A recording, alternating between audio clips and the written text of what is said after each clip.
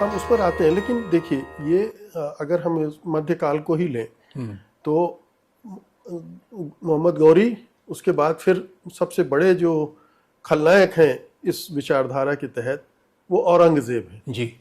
औरंगजेब के बारे में आपने कुछ बातें बताई कि वो तो मंदिरों को भी दान देता था, और वो निजी जीवन में भले ही कट्टर हो, अपनी टोपी सिलकर ही अपने और कुरान लिख के, और कुरान लिख कैलीग्राफी के हाँ। कैलीग्राफी के जरिए अपना गुजारा कर रहा था।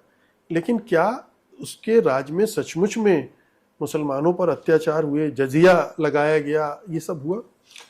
देखिए, औरंगज़ेब के राज में जो जजिया लगाया गया, जजिया को हम समझ लें।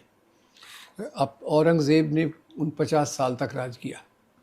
अपने राज के 20 साल पहले जो थे उसमें उसने कोई टैक्स नहीं लगाया, यानी जजिया टैक्स नहीं लगाया।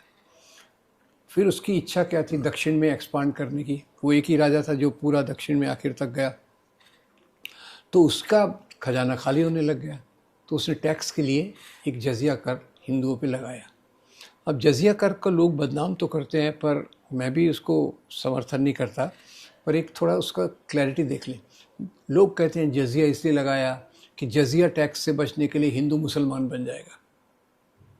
पर देखिए, मुसलमान जक़ात देता है 2.5% और जजिया है 1.25%। और एक उसमें इस्लामिक कल्पना है कि एक मुसलमान राजा के राज्य में जो गैर मुसलमान प्रजा है उसकी सुरक्षा की जिम्मेदारी राज्य पे है, और मिलिट्री सर्विस उसके लिए ऑब्लिगेटरी नहीं है। उसके बदले में राज्य उससे जजिया टैक्स लेता है। तो बाकी तो आप देखिए कि औरंगज़ेब का पीरियड था, वो उत्पादन के लिए एक बहुत अच्छा पीरियड था। जो हमारा दुनिया की 1/4 जीडीपी उस समय भारत की 26% भारत की थी, और जब वो अंग्रेज़ छोड़ के गए तो आ गया 4% पे।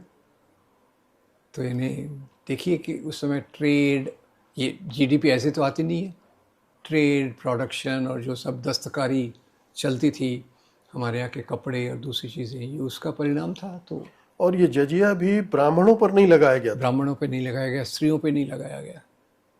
जी। तो ये जो औरंगजेब की जो छवि गढ़ी गई है, ये क्यों गढ़ी गई है? जी। क्यों इसमें कुछ तो जैसा आपने खुलासा कर दिया कि ये झूठ गढ़े गए उसको बदनाम करने के लिए, और उसको खलनायक बनाकर कि ये इसी तरह से सारे हिंदुओं के साथ मुस्लिम राजा करते आए जी। एक को पकड़कर। क्या और भी मुस्लिम राजाओं के ऐसे उदाहरण मिलते हैं? कहीं मंदिर तोड़ा हो, कहीं परेशान किया हो, कहीं जजिया लगाया हो? अकबर ने तो जजिया नहीं लगाया, और किसी राजा ने नहीं लगाया, बादशाह ने नहीं लगाया।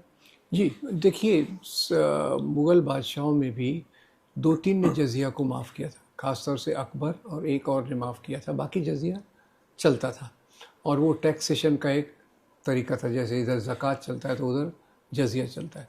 अब जहाँ तक इसका सवाल है, अगर आप विस्तार में जाके देखें तो हिंदू राजाओं का प्रशासन, उसमें मुसलमान है, मुसलमान राजाओं के प्रशासन में हिंदू हैं।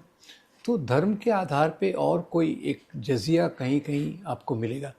उसके अलावा कि जानबूझ के मंदिर को तोड़ना या ये करना, ये आपको सामान्य तौर से मिलेगा कि अब किसी राजा की सेना जा रही है, हिंदू राजा की सेना जा रही है, तो रास्ते में मंदिर है, मंदिर में संपत्ति है, तो उसको छोड़ेंगे नहीं, क्योंकि एक मंदिर ही ऐसी जगह थी जिसमें संपत्ति रहती थी, क्योंकि भावना के कारण लोग वहाँ दान देते हैं और ये करते हैं। पर बाकी मुसलमान राजाओं का भी यही था। औरंगज़ेब उसमें एक्सट्रीम केस माना जाता है, क्योंकि एक तो औरंगज़ेब ने जजिया लगाया, और दूसरा उसकी 2 घटनाएं जो हैं, 2 थोड़ी अक्षम्य भी हैं, जैसे गुरु तेग बहादुर के बेटों को और फिर संभाजी महाराज को उसने प्रताड़ना दी। अब उसमें कुछ तो सच है और कुछ उसका विवरण बढ़ाया गया है। जैसे संभाजी महाराज का मैं आपको बताता हूँ कि संभाजी महाराज, अभी महाराष्ट्र में छावा फिल्म आई थी, और उसने नफ़रत के लेवल को 3 गुना कर दिया। पर संभाजी महाराज की कहानी ऐसी है कि संभाजी महाराज 2 बार औरंगज़ेब के लिए काम कर चुके थे।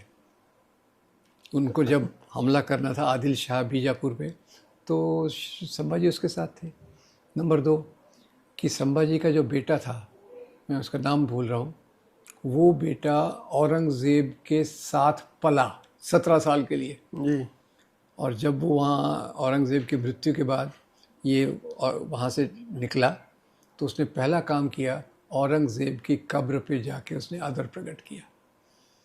तीसरा, संभाजी को जो पकड़ के लाया उसका नाम था उदयभान राठौड़, जो औरंगज़ेब का सेनापति था।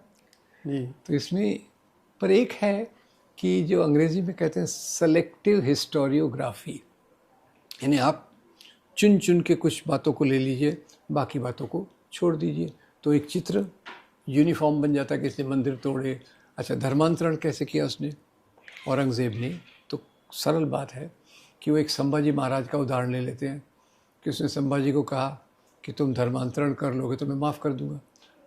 उस समय कोई भी हारे हुए राजा को माफ़ी देने का एक पैटर्न था कि वो राजा माफ़ी मांगने के साथ साथ इस राजा को खुश करे, या तो उसके धर्म में परिवर्तित हो जाए या उसकी और कोई शर्त को मान ले। तो औरंगज़ेब ने ये शर्त संभाजी पे लगाई, संभाजी ने इस शर्त को नामंजूर कर दिया, ठीक है। पर क्या इससे प्रजा में धर्मांतरण हुआ क्या? नहीं, क्या बड़े पैमाने पर किसी धर्मांतरण की कोई मिसाल मिलती है हिस्ट्री में बिल्कुल कि मुसलमानों ने तलवार के जोर पर धर्मांतरण करवाया हो? ये बिल्कुल संभव ही नहीं है, क्योंकि मुसलमान राजा जब आते थे तो राज्य करने के लिए तो उनको सब लोग चाहिए रहते थे, और धर्मांतरण करना राजा का उद्देश्य कभी भी नहीं रहता था। एक राजा का उद्देश्य था, सम्राट अशोक, और उन्होंने जो किया वो प्यार से किया, मूल्यों को बता के किया। बाकी किसी राजा का उद्देश्य नहीं था धर्मांतरण करना। जो इस्लाम भारत में फैला, स्वामी विवेकानंद क्या कहते हैं अपनी संकलित रचनाओं में बताते हैं कि इस्लाम जो भारत में आया वो यहाँ के दलितों के लिए एक उद्धार के साधन के रूप में आया, क्योंकि दलित जिस प्रकार से हिंदू धर्म व्यवस्था के अंदर जो उन पे अत्याचार हो रहा था, जो उनको मंदिरों से बाहर रखा जा रहा था और उनको अछूत करके ट्रीट किया जाता था, तो वो स्वामी जी उस बात पे जोर देते हैं। एक्चुअली स्वामी जी को जिस प्रकार से बताते हैं वो हमारी गलती है कि हमने उनके सकारात्मक पक्षों को नहीं बताया। उनके सकारात्मक पक्ष में स्वामी जी जाति व्यवस्था के बहुत खिलाफ हैं, और वो जाति व्यवस्था के बारे में कहते हैं कि ये मुख्य कारण था यहाँ के लोगों का इस्लाम को कबूल करने का। और उसके पहले हमारे मलाबार तट पर देखिए, अरब व्यापारी आते थे व्यापार के लिए, मेल जोल, और वहाँ से इस्लाम के फैलने की शुरुआत हुई।